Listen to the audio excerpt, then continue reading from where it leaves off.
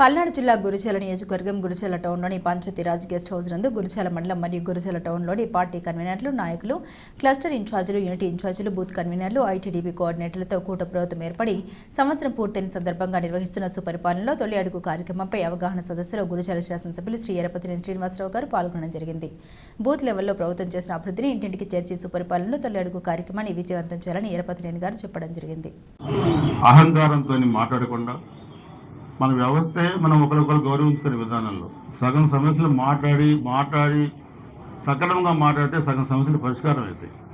100 మనం చేయలేం, కానీ ఇదిగో పలానప్పుడు నేను చేస్తాను, ఈరోజు కాదు, మా అబ్బాయికి జాబ్ వచ్చిందని 6 మంది తిరుగుతున్నాను, ఒకే నీకు కొంత ఇప్పించాను, ఇంకో 2-3 నెలల 4 నెలల తర్వాత ఇప్పిస్తాను, మీరు ధైర్యంగా ఉండండి. అంతేగాని పోవా నేను ఇప్పిలేను పో అంటే కష్టపడే కార్యకర్త మనస్తాపం చెందే పరిస్థితి ఉంటుంది.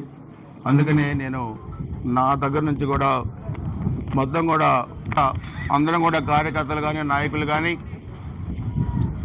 అందరూ కూడా పట్టించుకోవాలి. దయచేసి అందరూ కూడా గ్రామాల్లో చిన్న వర్గ విభేదాలు కానీ అదేవిధంగా చిన్న పనులు కాలేదని ఇది కానీ ఎక్కడ కూడా రానియకుండా జాగ్రత్తగా ఉండండి. అందుకే ఈ కార్యక్రమంలో నేను స్పష్టంగా మీకు చెప్పదలుచుకుంది, కష్టపడి పనిచేసిన వాళ్ళందరితో కూడా నేను మళ్ళీ 1-to-1 మాట్లాడుతున్నాను. గ్రామాల వారికి కూడా రివ్యూ పెడతాను.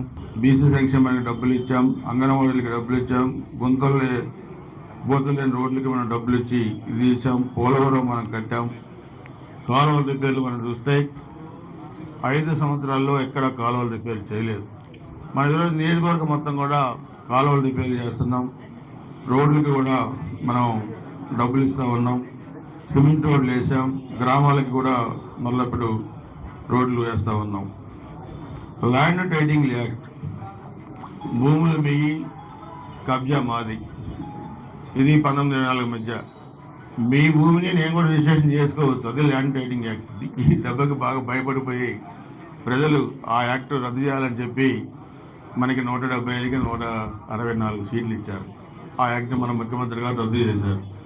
అంటే ప్రజల ఆస్తులు దోచుకోవటం, ప్రజల ఆస్తులు తీసుకోవటం, బుల్డోజరు వ్యవస్థ, ఇదంతా కూడా ఈ రాష్ట్రం వాళ్ళ సొంతం అనుకున్నారు. 20 సంవత్సరాలు 30 సంవత్సరాలు ఉంటాం, తెలుగుదేశం జెండాని పీకుతాం, తెలుగుదేశం కార్యకర్తలు ఉన్నానని 5 ఏళ్ళలో వాళ్ళ జెండా వాళ్ళు పీకున్న పరిస్థితికి వచ్చారు మన 24 ఎన్నికల్లో. సో ప్రజాస్వామ్యంలో ప్రభుత్వం ఏర్పడినప్పుడు ప్రజలకు మనం పనులు చేయాలి. అదేవిధంగా కార్యకర్తలు, కష్టపడ్డ నాయకులు, కార్యకర్తలు కూడా వాళ్ళని కూడా మనం కాపాడుకోవాలి. ఎన్నో ఆశలు ఉన్నాయి, ఎందుకంటే 1924 మధ్య వాళ్ళని చూశారు, వాళ్ళని చూసి మన వాళ్ళు కూడా కొంత ఇవన్నీ కూడా ఎక్కువ ఎక్స్పెక్టేషన్ ఆలోచిస్తున్నారు. ఎన్నికల ముందు సభ్యత్వంలో కానీ తర్వాత మన జరిగిన సభ్యత్వంలో కానీ ఇవన్నీ కూడా బూత్ కమిటీ కన్వీనర్లు ఎవరు కష్టపడ్డారు, యూనిట్ ఇన్ఛార్జెస్ ఎవరు కష్టపడ్డారు, క్లస్టర్ ఇన్ఛార్జెస్ కానీ మన నాయకులు కానీ ఇవన్నీ కూడా మనం చూస్తే ఎన్నికల ముందు సభ్యత్వంలో కుప్పం తర్వాత మనం గురిజాల 2వ స్థానం వచ్చింది, మన అధికారులకు వచ్చిన తర్వాత 7వ స్థానం వచ్చింది. అంటే దీంట్లో మీరు కింద స్థాయిలో ఏ విధంగా పనిచేస్తారో, పనిచేస్తేనే మనకి ఈ ర్యాంకులని రాష్ట్ర స్థాయిలో వచ్చినాయి. సో కష్టపడ్డ కార్యకర్తలతో నాయకులు కానీ గ్రామాల్లో మీరు ఎప్పుడు కూడా పట్టించుకొని పనులు చేయాలి. ఇప్పుడే నేను చెప్పాను రివ్యూలో, నెక్స్ట్ వీక్ నుంచి మండలాన్ని యూనిట్గా తీసుకొని ప్రతి గ్రామంలో ఉన్న రెవెన్యూ సమస్యలు కానీ అన్ని డిపార్ట్మెంట్లో సమస్యలు కానీ నేను ఒక్కొక్క రోజు ఒక మండలాన్ని కేటాయించి అన్ని శాఖల అధికారులు, ఆర్డీఓ గారి దగ్గర నుంచి జిల్లా అధికారులు అందరూ కూర్చొని మీరు సమస్యలు గ్రామంలో మొత్తం తీసుకొస్తే ఆ సమస్యలను అక్కడక్కడే పరిష్కారం చేసేదానికి వచ్చే వారం నుంచి గురిజాల నుంచి శ్రీకారం చూడదాం అని చెప్పి కూడా మీ అందరూ కూడా తెలియజేస్తూ ఉన్నాం. నరికించుకునే హక్కు మాకు లేదు, మీరు నరుకుతామని మేము చేతులు కట్టుకొని ఏమన్నా ముడుచుకొని కూర్చోం. సో మేము కూడా మనుషులమే, అలా చేయాలంటే మేము మొదలు పెడితే మీరు ఎక్కడ ఎదుర్కొనే పరిస్థితి కూడా ఉండదు. అందుకని ఎక్కువ ఎవరు ఊహించుకొని ఎక్కువ మాటలు ఎవరు కూడా మాట్లాడద్దు. అందుకని మీరు మాట్లాడితే ఎవరో బెదిరిపోయే పరిస్థితి, గత అధికారులు భయపడే పరిస్థితి ఉండదు. మేము చాలా ఎన్డీఏ ప్రభుత్వం చాలా పటిష్టంగా ఉన్నాం. ఒళ్ళు బలిసిన మాటలు పెగిలిన ముళ్ళు పెరిగిన కోగడ వేళతో పీకుతా జాగ్రత్తగా ఉండాలని చెప్పి వైసీపీ నాయకులు చెప్తా ఉన్నాం. ఒళ్ళు కలిసి అడ్డగోళ్ళు మాటలు మాట్లాడితే చాలా తీవ్రమైన పరిణామాలు ఉంటాయి, అవన్నీ కూడా గుర్తుపెట్టుకోవాల్సిన అవసరం ఉంది. అంటే అధికారంలో ఉండి చేసే కార్యక్రమాలే కాకుండా ట్రస్ట్ ద్వారా కూడా మన పార్టీ మన నాయకుల కుటుంబం మరి ప్రజలకు సేవ చేసే దాంట్లో ముందుంది. మరి వైసీపీ నాయకులకు ఉందా? జగన్మోహన్ రెడ్డి ట్రస్ట్ ఉందా?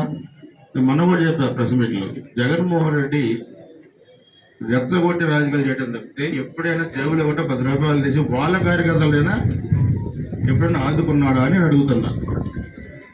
అదేవిధంగా మొన్నటిదాకా ఉన్నాడు ఒక ఎమ్మెల్యే ఇక్కడ, దగ్గర చాలా పెద్ద పెద్ద మాటలు మాట్లాడతారు. ఇప్పుడు ఇంతమంది ఉన్నాం మనం ఈరోజు 300 మంది పైన వచ్చాం.